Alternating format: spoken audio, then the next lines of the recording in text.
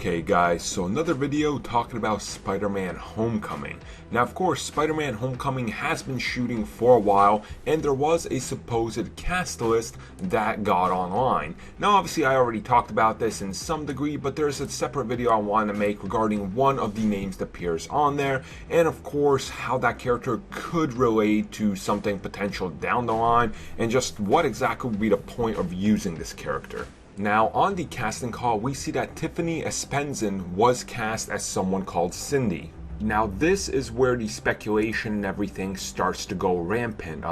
Obviously, for those of you that have been keeping up with the comics and know I'm a huge fan of this character, there is a character in the Spider-Man comics that appeared about 2 years ago now, and her name is Cindy Moon.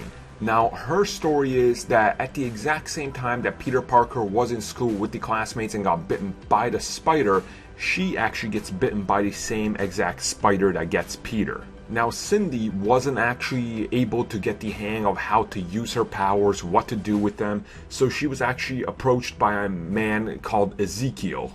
Now, during this process, he would train her in certain ways and, like almost manipulate her, you could say. And later on, she was discovered by Spider-Man. Now, some of her powers do differ slightly. For one, she has a way stronger spider sense. She has organic fingertip web shooters, which is kind of cool, it kind of takes from the movie. And she has very good photographic memory.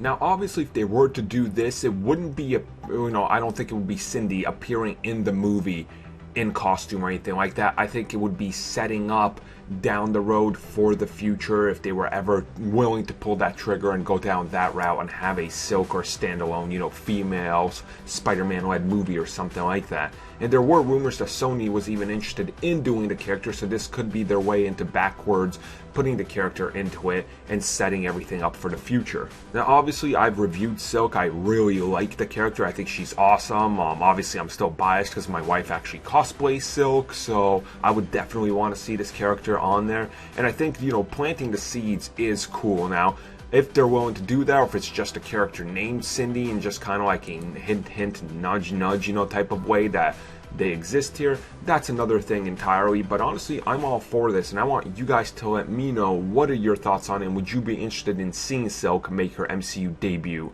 as a character in Spider-Man Homecoming?